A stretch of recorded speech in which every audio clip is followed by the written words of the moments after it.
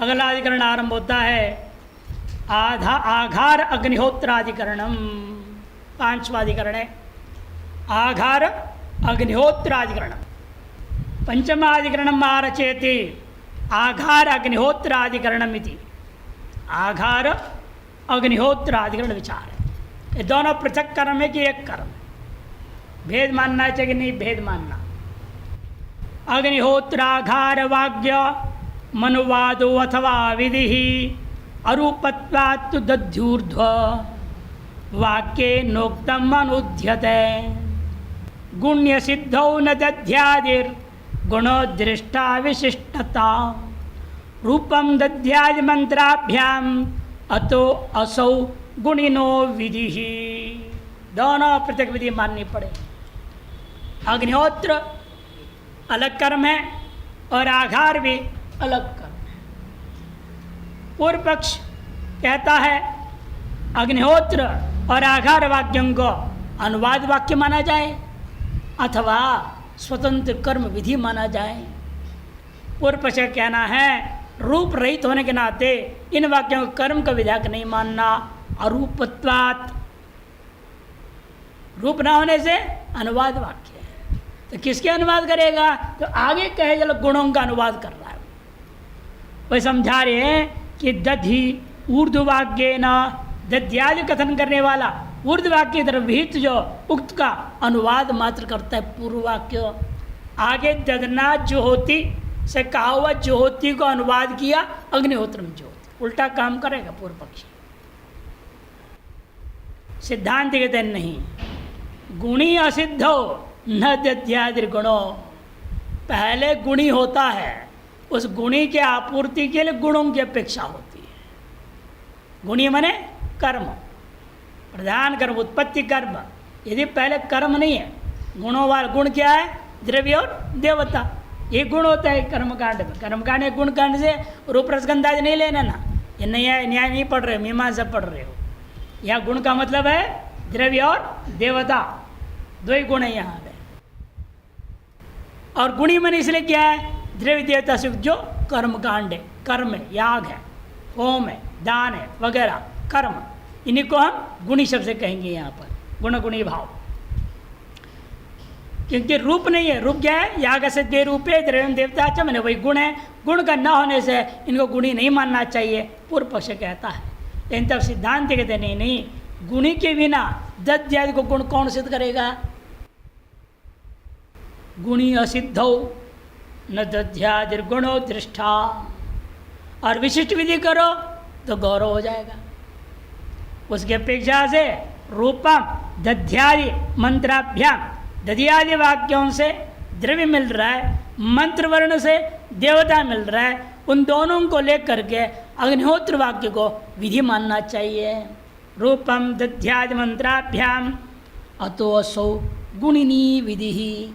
इसलिए यहाँ गुणी का ही गुणिनो विधि, अतो असौ गुणिनो विधि। इसलिए यहाँ गुणी का विधि मानना चाहिए, स्वतंत्र कर्म का विधि कर्म भेद मानना चाहिए।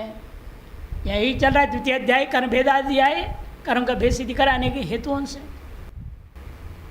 इदम आमनायते अग्निहोत्रम ज्योति ददना ज्योति पैसा ज्योति इति च। और भी इसी प्रकार से है। इदम अपरम आमनायते, गौर ऐसे विधिवाक्य आता है। आघारम आघारयति, फिर का ऊर्ध्वम आघारयति, ऋजुम आघारयति इत्यादि पाठ है। वहाँ पर तत्र अग्निहोत्र वाक्यम दध्यादि वाक्य विहितस्य कर्म समुदायस्य अनुवादः।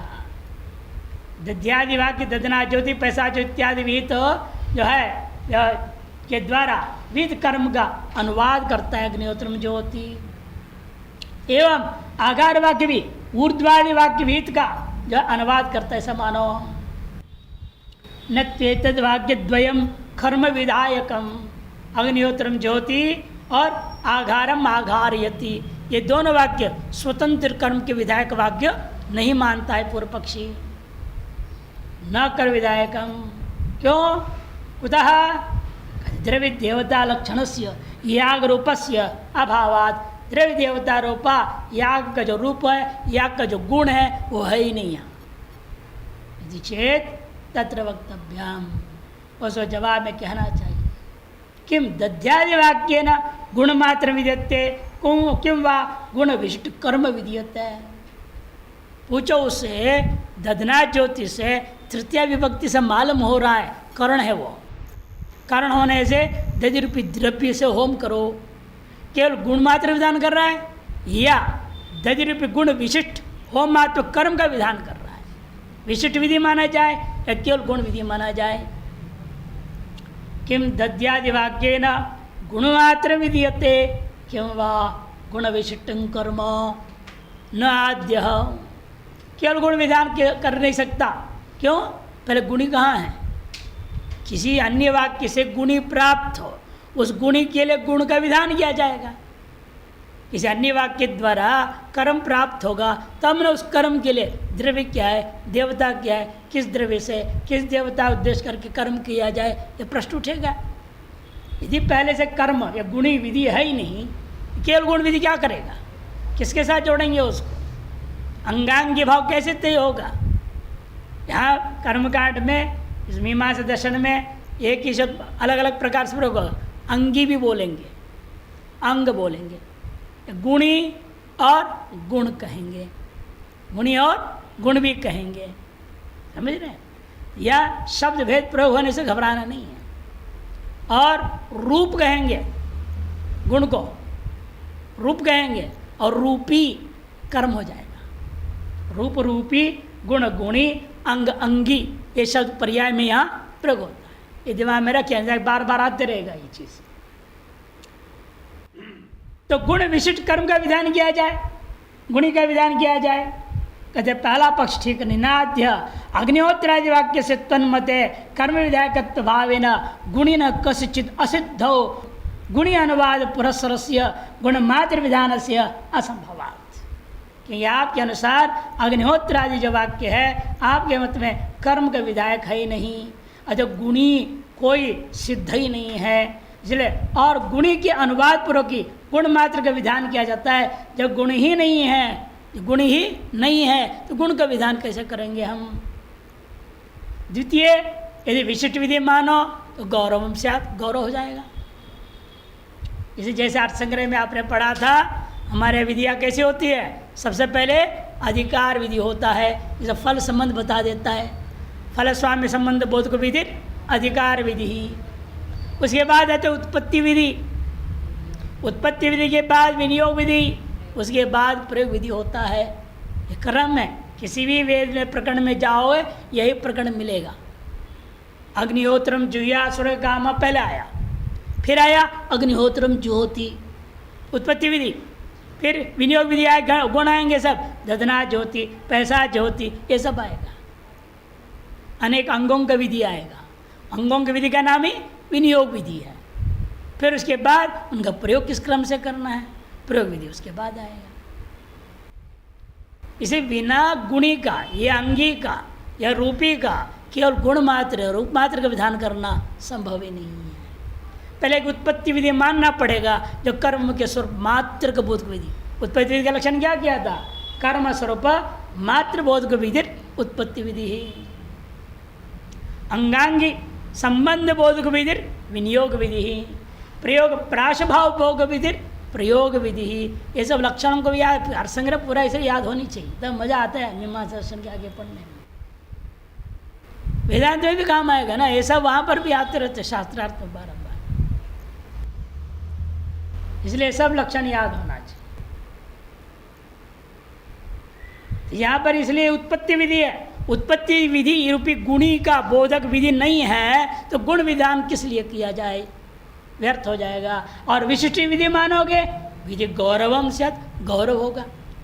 विशिष्ट विधि कहाँ मानी जाती है? जहाँ पर हमें को उत्पत्ति विधि दूसरा मिले ही ना, अगतिक गति में।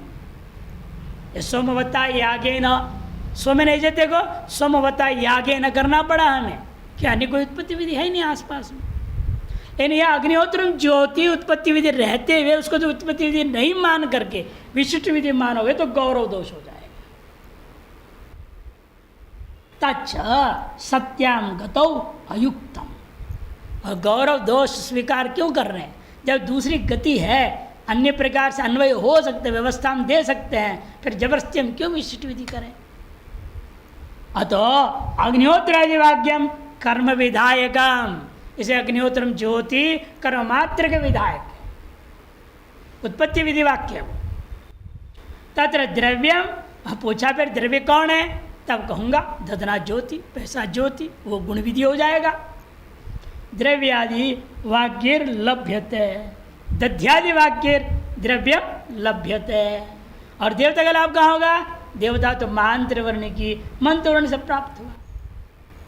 एवमेव आघारे एवं द्रव्य देवते उन्नेतव्य। आघार वाक्य में भी आघारम आघारेति, एक कर्म का विधि वाक्य मान लो। ऊर्ध्वम आघारेति, ऋजुम आघारेति, ये सब क्या होगा? गुण विधि हो जाएगा। और देवता आपको मंत्र वर्ण से मिल जाएगा। इस प्रकार से इन दोनों को पृथक कर्म का विधायक की मानना पड़ेगा। कर्म भेद सिद्ध हो गया। अग्निहोत्र नाम का अलग कर्म है, आगार नाम का अलग कर्म है, ये सब अनुवादक नहीं है। एवमेव एक और दृष्टांत दे रहे, पशु सोमाधिकरणाम, छठा अधिकरण है पशु सोमाधिकरणाम। पशु सोमाधिकरण, पशु याग में भी इसी प्रकार से विचार होगा, एवं सोम याग में विचार करना है। यजत्यालभति एता वनुवादी विधि उत, द्विवचन है सब। आलभति दीर्घकारांत द्विवचन, अनुवादी विधि सब द्विवचन प्रयोग किया है। गृह्ण्यात्यवध्यतीत्याभ्याम वीत्यर्थे अनुवादिनी, नानुवादो अपरोवादे यज्ञालभ्यो रतो विधि, ग्रहणे सोम संस्कारो अवदाने पशु संस्क्रिया। यजति आलभति, ये जो है ये अनुवाद वाक्य है या इनको स्वतंत्र कर्म का विधि वाक्य माना जाए? पूर्व पक्षी कहता है गृह्णाति अवद्यति इत्यादियों के आधार पर अनुवाद कर रहा है। ये विहित कर्मों का अर्थ है अनुवादिनी, उन विविध पदार्थों का यह अनुवाद मात्र करता है।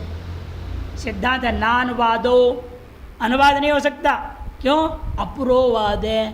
पहले पूर्व में कोई विधि ना हो, अंगी या गुणी प्राप्त नहीं है, तो गुणों का विधान किस लिए करूँगा, अंगों का विधान किस लिए करूँगा? वही है, सेम दृष्टांत वही है, दूसरे विषय अलग अलग प्रकरण को उठा करके बोल रहा है।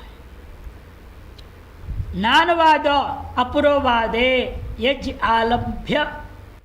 आलभ्यो अतुविधि, इसलिए यजी और आलभ अवसर पर लभ धातु जो है ये दोनों के दोनों विधि पर लेनी चाहिए। और जय ग्रहण की बात कही, ग्रह पात्रों का और सोम का जो संस्कार कहा गया, वो ग्रह पात्रों का क्या है? वो सोम का संस्कारार्थ विधि है वो। और अवदान कर्म जो है पशु के संस्कार मात्र ही है, स्वतंत्र कर्म विधि वो नहीं है। वेद पशु याग का अनुवाद करके पशु संस्कार है। और एवमेव ग्रह पात्रों के ग्रहण भी जो कहा गया वह जो सोम का ही संस्कार मात्र है। वेद सोम याग का अनुवाद करके संस्कार वो कर रहे, उल्टा है यहाँ। सोमिने जयते श्रूयते तत्र इंद्र वयवं गृह्णाति मैत्रा वर्णं गृह्णाति इत्यादि 16 मंत्र, 16 पात्र ग्रह पात्रों को ग्रहण करने का विधान किया। इंद्रवायु देवता ग्रह पात्र ग्रहण करे, मैत्रा वर्ण देवता ग्रह पात्र ग्रहण करे, आसन ग्रह पात्र ग्रहण करे इत्यादि कर 16 पात्र है वहाँ, 16 मंत्र। पूर्व पक्ष कहता है यहाँ पर सोमेन जत्य को अनुवाद मान, सोमेन जत्य को अनुवाद मान किसका? आगे जो कहा गया इंद्रवायु गृह्णाति आदि वाक्यों में अलग अलग वहाँ 16 कर्म मान, बल्कि 16 अलग अलग कर्म है वो, उनको अनुवाद करके एक एक कर्ण करके इसने बोल दिया, ऐसा माना जाए? सिद्धांत के नहीं, सोमनेजित कर्म को विधान करेगा। इस विहित कर्म में संस्कारार्थ वो विधान किया, ग्रह पात्र ग्रहण करने का संस्कार है। एवं एक और दृष्टांत है अग्नि सौम्यम पशुम मालभेत, इसे श्रूयते। उसके बाद आ गया तस्य हृदयस्य अग्रे अवध्यति तत्र, उसी प्रकरण में पाठ है, हृदय से अवग्रे अवध्यति अथ जिह्वया अथ वक्षसा इत्यादिन्यपि श्रुतानि, 10 है ये। पहले हृदय रूपी अंग का अवदान करेगा, फिर जिह्वा का अवदान करेगा, फिर वक्षस्थल का अवदान करेगा। ऐसे बकरा काट दिया है, पशु का आलम्बन किया, उसके 10 अंग हवन करने के लिए निकाला जाएगा, बाकी को गड्ढे में दफनाया जाएगा, चत्वाल नाम का गड्ढे। अब ये विचार कर रहे हैं, पूर्व पक्षी कहता है ये सब अत हृदय से अग्रे अवध्यति, ये सब को मुख्य कर्मकांडी मानो, कर्म ही अलग अलग। इन 10 कर्मों का अनुवाद करके वो जो कह रहे हैं आप अग्निशम पुष्पमालवेता, वो अनुवाद मान लो, 10 कर्मों का अनुवाद वो कर रहा है। सिद्धांत का नहीं, वो कर्म का विधान किया, उस कर्म का अंगभूता पशु के अंगों के संस्कार के लिए 10 विधियां हैं। ये संस्कार विधि है, ये मुख्य कर्म विधि नहीं है, ऐसे सिद्धांत कहता है। वही समझा रहे तत्र ऐन्द्रवायवादी वाक्य यागा विधीयन्ते। पूर्व पक्ष कहता है ऐन्द्रवायवं गृह्णाति इत्यादि वाक्यों के द्वारा स्वतंत्र 16 यागों का विधान किया गया। इंद्रवायु आदि प्रातिपदिक, इंद्रवायु आदि प्रातिपदिकों के द्वारा देवता प्राप्त हो रहा है। देवता नाम तैतेन और सोमरस द्रव्य से च प्रतीयमानत्व, ग्रह पात्र कहते ही दिमाग में क्या आएगा? सोमरस आ जाएगा कि सोम को ग्रहण करने के लिए ग्रह पात्र होते हैं। नियम उसका ऐसा है, सोम लता खरीदी गई 10 प्रकार से, खरीदने के बाद उसको कूटा गया, कूट करके रस निकाला गया और रस को सबको एक द्रोण पात्र नाम के पात्र में रखा जाता है। वो बड़ा घड़ा होता है, उसे नीचे एक छेद होता है हल्का सा, जैसे शिव जी पर जल नहीं चढ़ाते जल, वैसे एक छेद, उसे एक धागा लगाया हुआ है, उसे टपकते रहेगा। नीचे वो ग्रह पात्र होता है। ग्रह पात्र दिखाया था ना कई बार, इसका नाम ग्रह पात्र है। इसमें एक जगह जगह छेद है, यहाँ से गिराया जाएगा, इसके अंदर भरा जाएगा रस को। भरने के बाद हटाएंगे, दूसरा पकड़ के ऊपर नीचे से इसको हटा देंगे, फिर दूसरे को खड़ा कर देंगे। ऐसे 16 पात्रों को भरा जाएगा, 16 पात्र, और द्रोण पात्र से भरेंगे ग्रह पात्रों, और उसको भी जहाँ रस निकाला गया अभिषेक मंडप से उसको लाया जाएगा। एक लकड़ी का रथ बनाते हैं उसके लिए, उस पर वो द्रोण कलश रखा जाएगा। वो क्या इस तरह से चक्का को बनाते हैं, जो क्या बोलते हैं आपका गाड़ी जो बनाया जाता है शकट को, बैलगाड़ी जैसा, उसके नीचे में ऐसे बनाते हैं जिसमें ग्रह पात्र को रखा जाता है। वहाँ से धीरे धीरे मंत्र बोलते हुए लाएंगे, बस लाते लाते उतने दूरी से इधर तक लाते लाते पूरे 16 ग्रह पात्र भर जाएंगे। इस तरीका है, तेज से भागे भागे नहीं लाना है, आराम से मंत्र पाठ करते जाएंगे। एक भरा दूसरा रखे जा रहे हैं, वो एक ग्रह बात जौन से रख रहे हैं उसकी देवता के अनुसार वो स्तुति गाना पड़ता है। 16 देवता है, 16 स्तुति है। वो स्तुति पूरा होने धीरे धीरे धीरे लाया जाएगा। इसे कहते हैं उस प्रकार से आता है जैसे राजा आता है।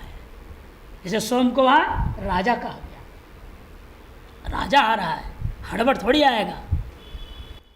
वो तो जैसे आजकल के भी होता है ना, पीएम वगैरह आते, आगे पीछे 2500 गाड़ी धीरे धीरे धीरे आ रहा है।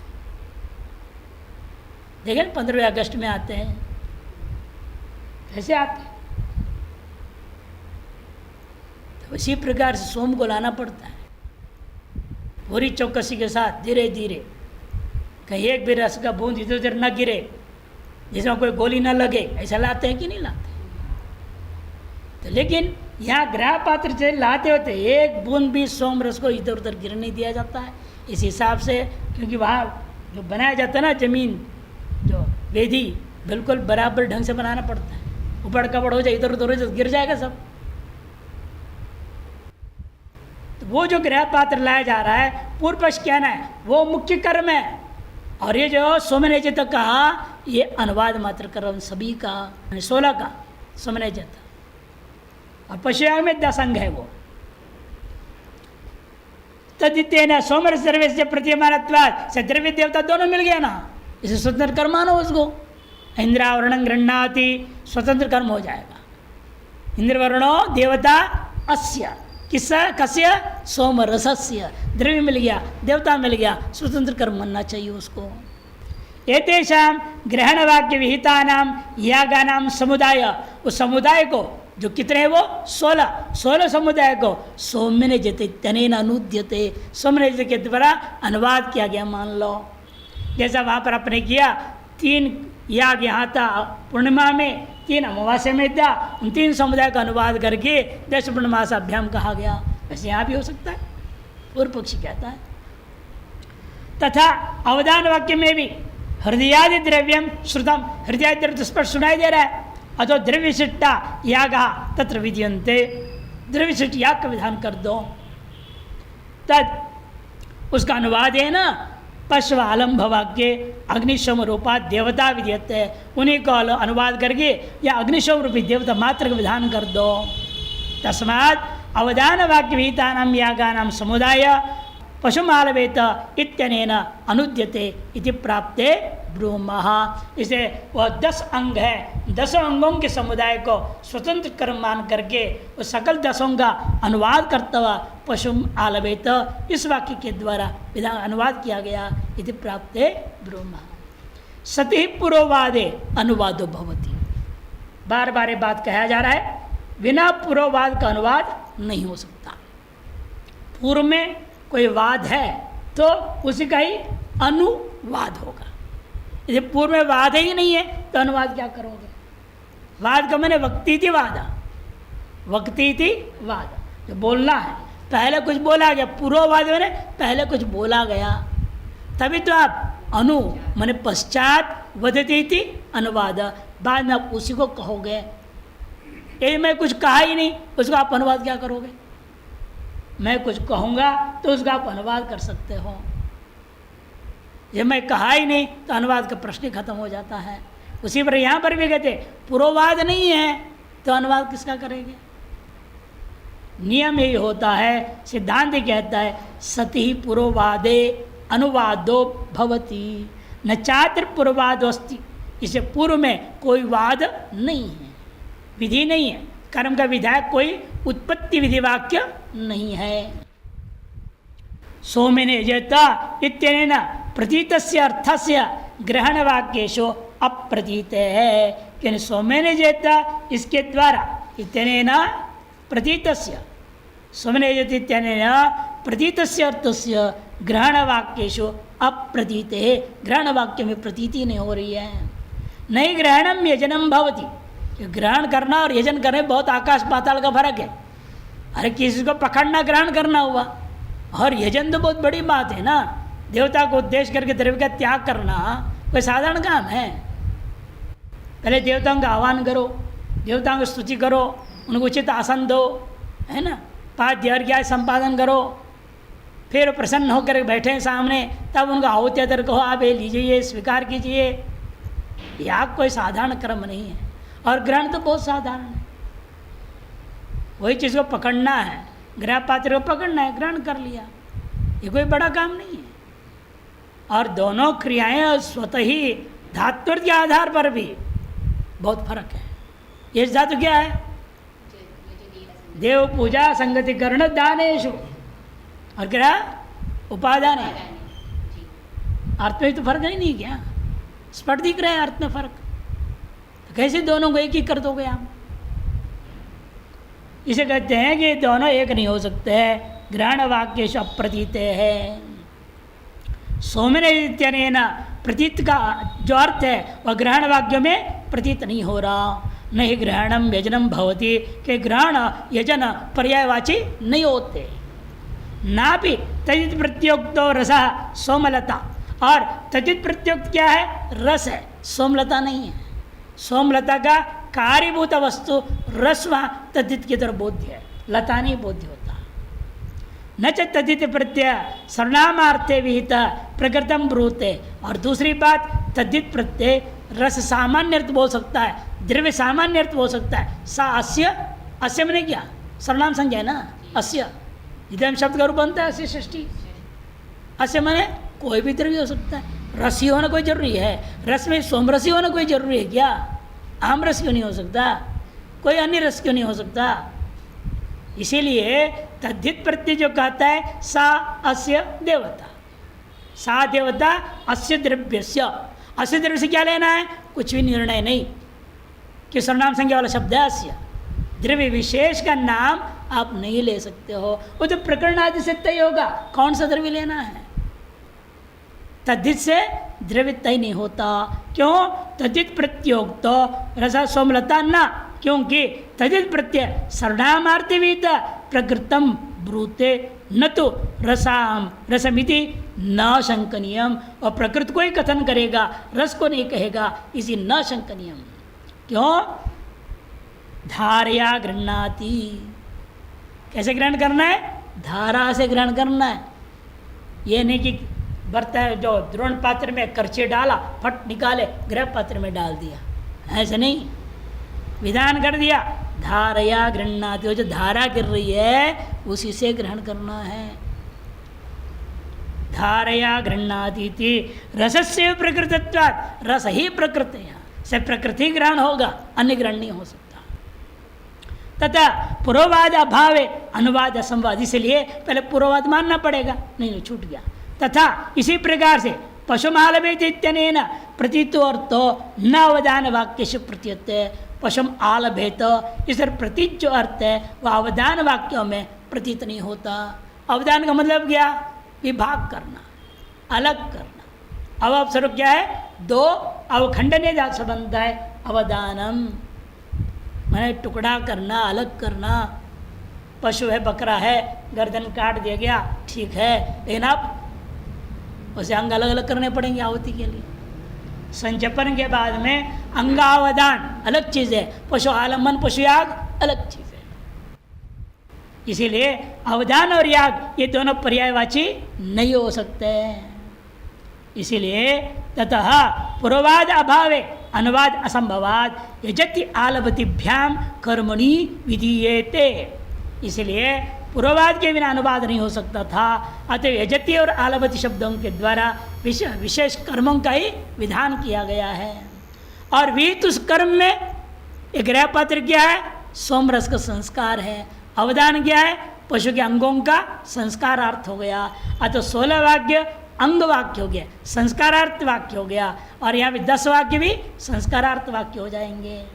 ग्रहण वाक्येषु देवता विशिष्ट सोम संस्कारो विद्यते, एवमेव अवधान वाक्यश्च पशु संस्कार, अवधान वाक्यों का भेद द्वारा पशु संस्कार का विधान किया गया है। इसीलिए एक पंडित बहुत बड़े हुए विश्वनाथ श्रोती जी, नेल्लोर डिस्ट्रिक्ट आंध्र प्रदेश में, विश्वनाथ श्रोती जी, पश्वालंबनेषु विशेषा, एक छोटी सी पुस्तिका उन्होंने इन्हीं बात विवादों का जवाब दिया शास्त्रार्थ। और इसको लेकर के श्रृंगेरी में शंकराचार्य बड़ी शास्त्रार्थ सभा बुलाए थे, बहुत पहले की बात। उसमें शास्त्रार्थ में वो विजयी हुए और स्थापित किए। पशु होता था, ठीक है, आज कलयुग में आप उसके योग्य नहीं हैं, ब्राह्मण के दम नहीं है, न ब्राह्मण के जबान से निकले तो मंत्रों में भी योग्यता नहीं रह गई। वहाँ तो ऐसे थे, पहले ऋषि लोग भी कैसे थे। विश्वामित्र देखो, यजमान को भेज दिया, अरे है आजकल दम किसी ब्राह्मण में। फिर आप पशुयाग न करें वो अलग चीज़ है, लेकिन वेद में पशुयाग विधि नहीं बोलोगे और अर्थ अनर्थ कर दोगे तो गलत है। वो पूरी शास्त्र छपी हुई है, मेरे ख्याल से 16 पन्ने 20 पन्ने का ही ज़्यादा नहीं है। पटाप ने से विचार भी विमर्श किया मैंने, उन्होंने कहा नहीं, वेद तो वेद है, वेद के अर्थ का अनर्थ करने वाला महापापी है, उसकी बात मत सुनो बोलते थे। पटाप राज साफ बोलते थे, उसके बाद सुनो ही मत। तो वेद के जो अर्थ अनादि परंपरा से जैमिनी महर्षि ने निर्णय दिया हुआ है, आप इन निर्णयों को पलट दोगे। ये नया कानून के वजह संविधान के अधीन होकर के ये मूर्खता का काम कर रहे हैं, इसको नहीं मानना चाहिए, सुनना ही नहीं चाहिए। जैसे आचार्य शंकर ने भी कहा, नहीं क्या कहा आचार्य शंकराचार्य जी ने? असंप्रदाय विच्छेद सर्वशास्त्रज्ञों भी मूर्खवत प्रेक्षित। कई बार इसलिए ना मनुष्यकृत में दोष आ जाता है, ऋषिकृत में दोष नहीं है। इन चीज़ों इसलिए उपेक्षा कर देनी चाहिए। उपेक्षित है, भाष्यकार ने क्या उपेक्षा। इसलिए कहते ग्रहण वाक्येशो देवता विशिष्ट संस्कार भी देते और अवदान वाक्य इसी प्रकार से। अब आता है इस प्रकार से कर्म भेद का अभ्यासात कर्म भेद चल रहा था, अनेक अधिकरणों में विचार किया, अभ्यासात कर्म भेद को सिद्ध कर दिया, और अब संख्या को लेकर के भी कर्म भेद सिद्ध करेगा। पहले क्या था? पहला अधिकरण था शब्दांतराधिकरणम, शब्द भेदा यजति ददाति, शब्द भेद से हुआ। दूसरा यजति यजति यजति है, फिर भी कर्म भेद है वहाँ, ये स्थापित किया। उसमें भी अनुवादों को काट करके विधियों को सिद्ध किया। कहाँ विधि मानना है, कहाँ अनुवाद मानना है, अनेक अधिकरणों में निर्णय दे दिया। और अब संख्या के माध्यम से कर्म के भेद की सिद्धि का प्रकरण आरंभ कर रहे हैं।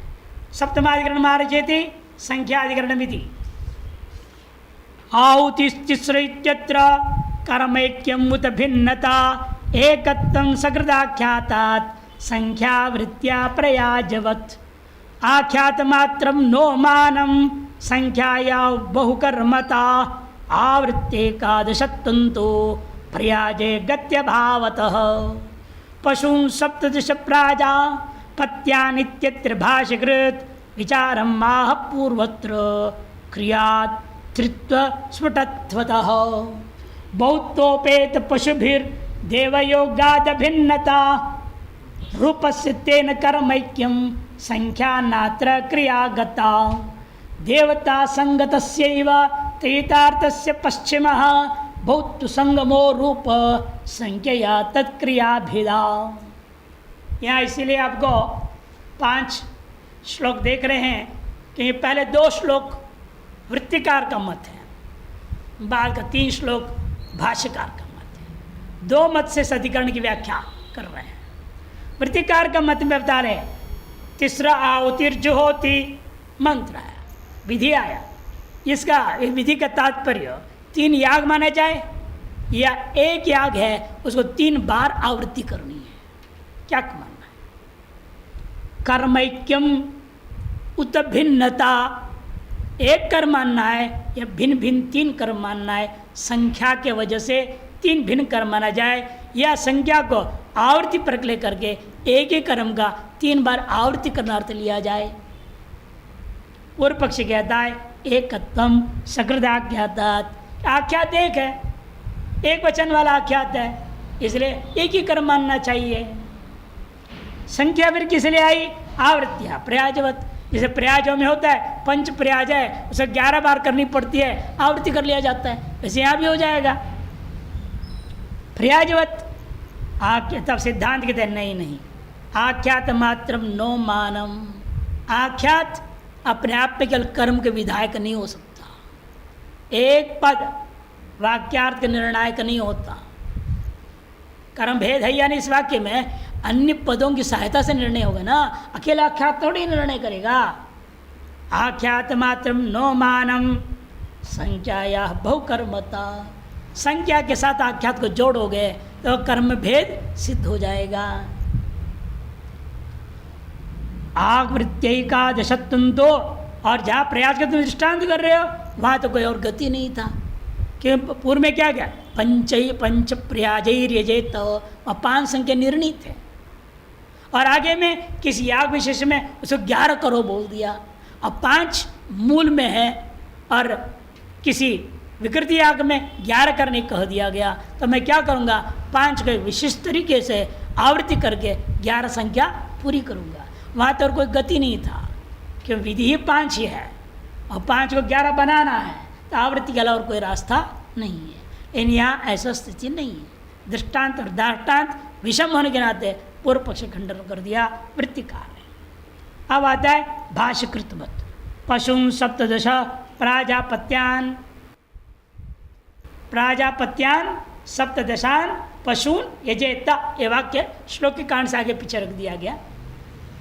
इत्यत्र भाष्यकृत विचारम माहा, यह विचार करते हुए कहा पूर्वत्र क्रियातृत्व स्फुटत्वतः, का देखो पहले जहाँ क्रिया स्पष्ट है वहाँ पर हम आवृत्ति आदि मान लेते हैं, लेकिन जहाँ पहले क्रिया है ही नहीं, स्वतंत्र कोई कर्म का विधि ही नहीं है, यही कर्म का विधायक है, यही आवृत्ति का विधायक मानोगे तो वाक्य में दोष हो जाएगा। एक वाक्य दो बात विधान नहीं कर सकता, एक ही का विधान करेगा। इसलिए वाक्य या तो तीन कर्मों का विधान करेगा या एक कर्म का विधान करेगा, और एक कर्म का विधान करेगा फिर तृतीय संज्ञा अनर्थक हो जाएगा। इसलिए तृतीय संज्ञा विशिष्ट आख्यात को लूंगा तो तीन कर्म सिद्ध हो जाएगा। और वहाँ ऐसा नहीं था प्रजापति में, अन्यत्र प्राप्त था, प्राप्त में उसने विधान कर दिया है, अतएव आवृत्ति संभव है। वही समझा, बहुत्वोपेत पशुभीर देव योगादभिन्नता। वहां पर क्या एक देवता है, प्राजापत्यान, एक ही प्रजापति देवता है, और 17 पशु है, इसे एक ही कर्म माना जाएगा। वहां 17 संख्या वजह से 17 याग नहीं है, ये 17 याग मानना है, 17 देवता लानी पड़ेगी। फिर विशेषण क्या है, प्राजापत्यान पशून सप्तदशान। प्रजापति एक देवता है, इसे एक देवताओं से एक ही कर्म है। फिर 17 पशु क्या हो गया, 17 संज्ञा, एक ही देवता के लिए आवृत्ति पूर्वक दिया जाएगा। वहां की स्थिति अलग है, यहाँ की स्थिति अलग है, उसको दृष्टांत नहीं बना सकते आप। रूपसितेन कर्मैक्यम, एक ही देवता के नाते वह कर्म एक माना जाएगा। रूप मिला मुझे, देवता एक मिला, 17 पशु द्रव्य मिला है, द्रव्य और देवता मिलने से कर्म एक हो गया। संख्या नात्र क्रियागता, और संख्या नात्र क्रियागता, या क्रियागत संख्या तथा न भवती। वहाँ संख्या क्या थी, द्रव्यगत संख्या, सप्तदशान पशून, क्रिया के साथ जुड़ा नहीं है, और यहाँ क्रिया के साथ जुड़ रहा है। तिर आहुतिर जुहोती, तिर तिर तिर में क्या है, तिर शब्द से सुच प्रत्यांत आया है, 3 बार कर्म करेगा। संज्ञा नात्र क्रियागता देवता संगत शिव तैतार्थस्य पश्चिम, क्योंकि वहाँ देवता के संगत शिव तैतार्थस्य पश्चिम, बाद में नहीं होगा। प्राजापत्यान है ना, प्रजापतिर्देवता अस्य तान प्राजापत्यान पशून सप्तदशान, उसके साधन में हो रहा है। पहले तहितार्थ से पहले मुझे देवता मिलेगा, फिर तहितार्थ के माध्यम से हम द्रव्य पकड़ूंगा, उस द्रव्य में संख्या विशेषण बन रहा है। अतः आख्यात का विशेषण संख्या नहीं है वहाँ दृष्टांत में। और यहाँ तो बहुत संगमो रूप संख्या तत्क्रिया भिदा, यह जो बहुत्व है उसका संगम साक्षात क्रिया के साथ जुड़ा हुआ है। अतएव क्रिया भिदा, कर्म में भेद मानना चाहिए संख्या के कारण से। देखिए विस्तार में दोनों मत कहेंगे। तीसरा आहुतिर ज्योति श्रूयते, तीसरा आहुतिर ज्योति, ऐसे पाठ है। तत्र ज्योति चेतदाख्यातम समित इत्यादि वद न अभ्यस्तम।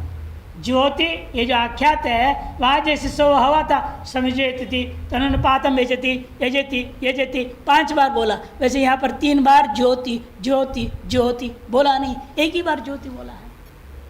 किंतु सकृदेव आमनातम तथा एकम इदम कर्म। फिर तृतीय संज्ञा का क्या गति करोगे, कहाँ अन्वय करोगे। तृतीय संज्ञा तो तस्सैव कर्मणा आवृत्तिया नेतव्या, तृतीय संज्ञा की सार्थकता के लिए उस एक ही कर्म को आवृत्ति से 3 बार करो, ऐसा व्याख्यान करूंगा, अर्थ करूंगा। यथा प्रयाजेषु एकादशत्व संज्ञा पंचानाम एव प्रयाजानाम आवृत्त्यानीता, जैसे प्रयाजों में एका संख्या का विधान जब हुआ तो हमारे पास थे कितने प्रयाजक, 5 थे, उसको आवृत्ति करके हम कर लेते, वैसे यहाँ भी कर लिया जाए। तद्विधि प्राप्त ब्रह्म, इन वहाँ क्या था, पहले पंचत्व प्राप्त था, उसमें 11 विधान हुआ। पहले यहाँ पहले एक कर्म प्राप्त है क्या, कहीं एक कर्म पहले प्राप्त हो उसे तृतीय का विधान करते, तब तो तुम्हारा हम मान लेते दृष्टांत दाष्टान्त बराबर होता। लेकिन दृष्टांत में पहले पंचत्व प्राप्त था और आगे 11 विधान किया गया, इसलिए आवृत्ति है। और यहाँ पहले एक प्राप्त ही नहीं है, सीधे 3 का विधान हो रहा है। एक कर्म अन्यथा अन्य वाक्य से प्राप्त हो और उसे तृतीय संज्ञा विधान करते तो मैं यहाँ आवृत्ति मान लेता, लेकिन एक संज्ञा कहीं प्राप्त ही नहीं, एक कर्म प्राप्त ही नहीं, ये सीधा स्वतंत्र विधि है ना, इसीलिए अप्राप्त कर्म में तृत्व का विधान हो रहा है। इसलिए दृष्टान्तार्थ विषम सिद्धांत इति प्राप्ते ब्रह्म किमिदम आज्ञातम पदांत निरपेक्षमेव कर्मैक्यम प्रमाणम उत पदांतरान्वितम। पहला उसे पूछो, ये जो आख्यात है वह पदांत निरपेक्ष होकर के एक कर्म में का विधान कर्म में प्रमाण मानते हो, यह पदांतर सापेक्ष होकर के पदांतर से तन्वय होकर के आख्यात कर्म का विधान करेगा। नाद्य कार्य सर्व अन्य पद निरपेक्ष आख्यात स्वतंत्र रूपेण अकेला आख्यात कर्म का विधान करेगा, यह नहीं माना जा सकता। वाक्यांशस्य पदमात्रस्य प्रमिति जनकत्व भावात्, वाक्य का एक अंश है पद, वह अकेला वाक्यार्थ को बोध नहीं करा सकता। द्वितीय तृतीय संख्या विशेषित्वेन आख्यातेन, द्वितीय पक्ष लोगे पदांतर की अपेक्षा है, फिर तो वाक्य का सकल पदों को देखो और अन्वय करो, तब देखोगे अब क्या अन्वय होगा, तृतीय संख्या का क्रिया के साथ अन्वय हो रहा है।